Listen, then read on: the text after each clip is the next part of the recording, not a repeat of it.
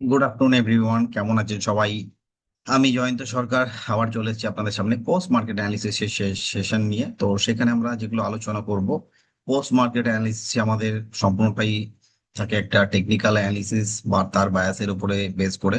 সেখানে আমরা যাই আলোচনা করি, equity market, derivative, commodity, currency, যেটাই আলোচনা থাকছে সম্পূর্ণটাই কিন্তু আমাদের candlestick, RSI, Bollinger band, open interest, পাশাপাশি গ্লোবাল কিউজ দেখে নিই, ব্রেন্ট ক্রুড, ডলার ইন্ডেক্সকে মেইনলি দেখি, পাশাপাশি ইউএসডি আইএনআর, ইন্ডিয়া ভিক্স এর মোমেন্টাম এবং নিফটির বর্তমান কন্ডিশন, পাশাপাশি সুইং ট্রেড ফর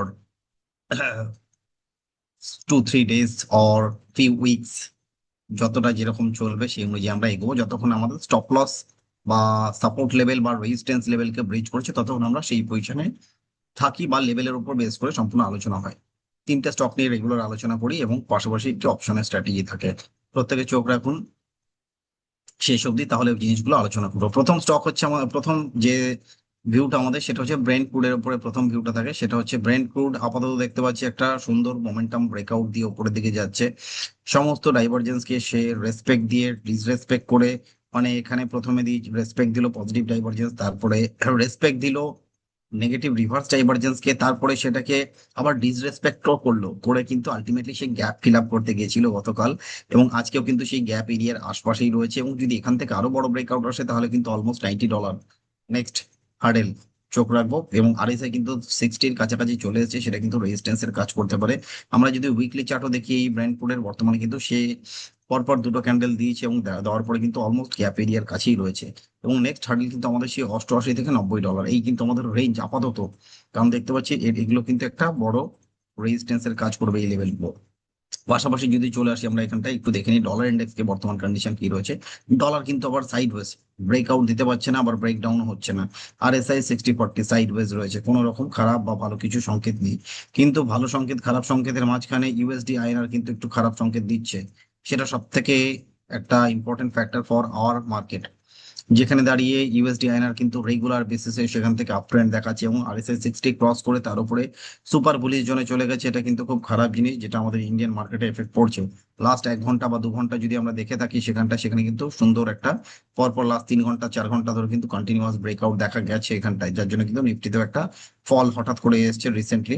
এবং সেখান থেকে ইন্ডিয়া ভিক্স যদি দেখি, ইন্ডিয়া ভিক্সও কিন্তু আপাতত স্টেবল, এখানে কিন্তু বিশেষ কোনো সংকেত বা সিগন্যাল নেওয়ার আপাতত কিছু নেই। তো মেইন হচ্ছে আমাদের কাছে ব্রেন্ট ক্রুড এবং পাশাপাশি আমাদের ইউএসডি আইনার, এরা দুজনে কিন্তু মেন কালপ্রিট, যারা মার্কেটকে কিন্তু নিচে ফেলছে বা উঠতে দিচ্ছে না। নিচে ফেলুক চাই না ফেলুক, উপরে উঠতে দিচ্ছে না, এটা হচ্ছে মেন সব থেকে বড় বাধা। চলে আসবো একটু নিফটি ফিফটির ভিউ দেখার জন্য। আজকে নিফটি যদি আমরা উইকলি চার্ট অ্যানালিসিস করে দেখি, এখানে কিন্তু একটা ভালো জোনে চলে এসেছে, অলমোস্ট একটা বিয়ারিশ নয় বুলিশও বলতে পারি না, কারণ একটা সাইডওয়েজ মোমেন্টাম রয়েছে আরএসআই 60-40। কিন্তু শুধুমাত্র একটা গুড সাইন হচ্ছে আরএস বলিঞ্জার ব্যান্ডের যে সেন্টার ব্যান্ড তার উপরে কিন্তু ব্রেকআউট করে ক্লোজিং করে তার উপরে হোল্ড করছে, এটা হচ্ছে গুড সাইন। তো বলিঞ্জার ব্যান্ডের যে সেন্টার ব্যান্ড রয়েছে তার লেভেল হচ্ছে 750, অলমোস্ট 23,750-এর আশপাশে। তো সেই লেভেলটা যতক্ষণ হোল্ড হচ্ছে ততক্ষণ কিন্তু নিফটি আপাতত বেয়ারিশ নয়, এটা আমরা কিন্তু ধরে চলবো।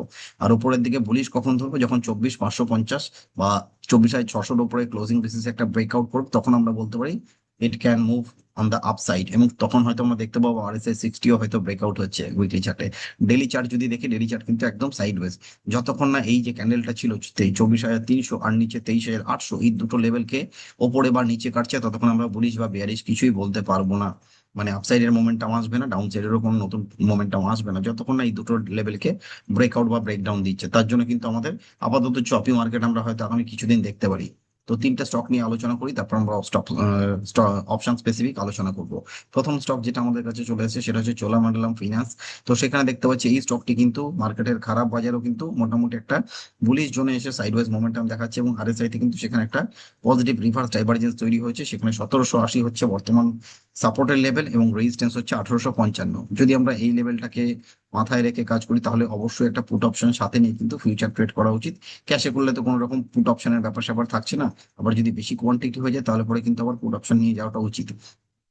সেখানে দাঁড়িয়ে আমরা যদি হেজ করে কাজ করি, সেখানে কিন্তু অলমোস্ট আমাদের যে স্টপ লসের লেভেল থাকছে বা সাপোর্ট লেভেল 1780 যদি ব্রিচ হয় তাহলে পরে কিন্তু লস যেটা হবে সেটা কিন্তু অ্যাকসেপ্ট করতে হবে। 1780 ইকুয়াল টু আপনার কিন্তু অলমোস্ট 8,900, মানে 9,000 টাকার কাছাকাছি কিন্তু লস আসবে, সেটা নিয়ে কিন্তু এগোতে হবে। এবং নেক্সট যেগুলো আমাদের রেজিস্ট্যান্স রয়েছে সেখানে গেলে গেলে কিন্তু অবশ্যই প্রফিট বুকিং করবেন। নেক্সট স্টক হচ্ছে আমাদের জন্য এসবিআই লাইফ। তো স্টেট ব্যাংক অফ ইন্ডিয়ার যে লাইফ ইন্স্যুরেন্স কোম্পানি যেটা রয়েছে, তো সেখানেও দেখতে পাচ্ছি একটা বুলিশ মোমেন্টামের ভেতরেই চলছে স্টকটা, এবং একটা ছোটখাটো ফ্ল্যাগের মধ্যে দিয়ে চলছে। ফ্ল্যাগটা অ্যাকচুয়ালি ভালো ফ্ল্যাগ নয়, দুটো ফ্ল্যাগ হয়েছিল এখানটায়।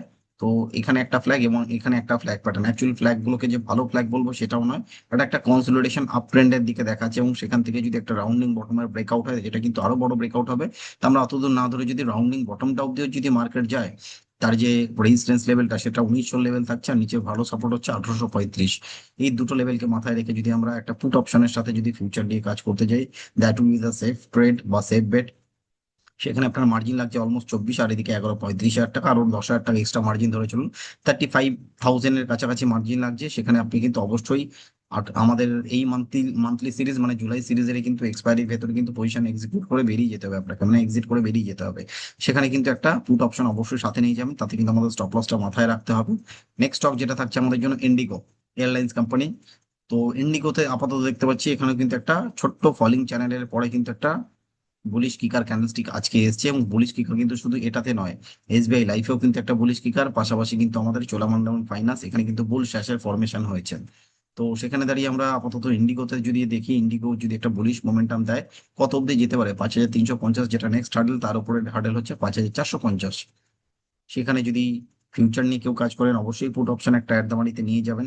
তাতে কিন্তু আপনার ডাউন সাইড যে রিস্কটা রয়েছে আমাদের এখানে 5,125, সেটা ব্রেচ হলে ক্লোজিং বেসিসে কিন্তু সেখান থেকে এক্সিট নিয়ে নেওয়াটা বুদ্ধিমানের কাজ। তাতে কিন্তু আপনার লস অলমোস্ট 3,500-4,000 টাকার কাছাকাছি লস আসবে, সেটা কিন্তু অ্যাকসেপ্ট করে বেরিয়ে যেতে হবে যে হ্যাপি লস বলে। এই হচ্ছে আমাদের ফিউচারের স্ট্র্যাটেজি আজকের।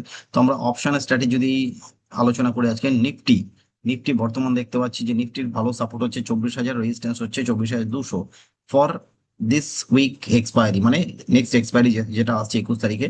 কিন্তু আমরা বলছি আরো দূরের এক্সপায়ারি যদি আমরা নিয়ে কাজ করি মান্থলি সিরিজে, তাতে আমাদের যে লেভেলগুলো আসছে সেখানে আমরা মান্থলি সিরিজকে নিয়ে যদি একটা লং কল বাটারফ্লাই স্ট্র্যাটেজি যদি এখানটা ডিপ্লয় করি, বাটারফ্লাইতে জাস্ট আমরা যদি একটা ডিপ্লয় করি, সেখানে আপনার কিন্তু at the money call option, at the money put option sell করে কাজ করতে হয়। সেখানে আমরা যদি 24,000-এর কল পুটকে বেচে দিয়ে যদি কাজ করি, সেখান থেকে অলমোস্ট কিন্তু আপনার 500 পয়েন্ট ওপরে কল অপশন, 500 পয়েন্ট নিচের কিন্তু পুট অপশন, মানে in the money call option, in the money put option কিন্তু 500 পয়েন্ট দূরে দূরে নিতে হবে আপনাকে, নিয়ে কিন্তু সেটা কাজ করতে হবে, তাহলে আপনার একটা লং কল বাটারফ্লাই দাঁড়াবে। তাতে আপনার নেট নেট মার্জিন লাগছে এখানে 62,000 টাকা, আর নেট লস হচ্ছে 11,000 টাকা। তো ধরে চলুন আপনার 73 থেকে 75,000 টাকা মোটামুটি মার্জিন চাইবে। এটা ডিপেন্ড করছে ব্রোকার টু ব্রোকার, যেহেতু নেক্সট উইকের এক্সপায়ারি নিচ্ছেন, মার্জিনে বিশেষ কিছু তারা নাড়াঘাটা করবেন না। তো সেখানে দাঁড়িয়ে আপনার ম্যাক্সিমাম লস হতে পারে 10,500 টাকা। রিওয়ার্ড কিন্তু অনেক বড় রয়েছে, যদি জ্যাকপট লেগে যায়, যদি 24,000-এর আশপাশে যদি মার্কেট ক্লোজ হয়, তাহলে পরে কিন্তু আর দেখতে হবেন 22,000-এর কাছাকাছি তো একটা সুন্দর রিস্ক রিওয়ার্ড রেশিও থাকছে। কিন্তু আপনাকে কিন্তু মাথায় রাখতে হবে এখানে যে ব্রেক ইভেন লেভেল কি কি আছে। নিচের লেভেল হচ্ছে 23,662, ওপরের লেভেল 23,300, 24,338। যদি ব্রিজ করে বেরিয়ে যায়, তাহলে কিন্তু পজিশন এক্সিট করে বেরিয়ে যেতে হবে with happy loss, happy loss বলে বেরিয়ে যেতে হবে, পরিষ্কার হিসাব। এখানে কিন্তু পজিশন হোল্ড করে বসে থাকার নয়, কারণ এটা ট্রেডিং বেট নিচ্ছেন আপনি। ঠিক আছে। তো এই ছিল আজকে আমাদের স্ট্র্যাটেজি। তো প্রত্যেকে এই চ্যানেলের দিকে চোখ রাখবেন। আগামীকাল আবার আমরা চলে আসবো এই পোস্ট মার্কেট অ্যানালিসিসের সেশন নিয়ে। আগামীকাল মার্কেট আই থিঙ্ক খোলাই আছে, কালকে রথযাত্রা রয়েছে। তো সকলকে রথযাত্রা আগাম শুভেচ্ছা, প্রীতি, ভালোবাসা আমার পক্ষ থেকে সকলের উদ্দেশ্যে রইল। Okay, happy trading, happy investing, have a good day to everyone.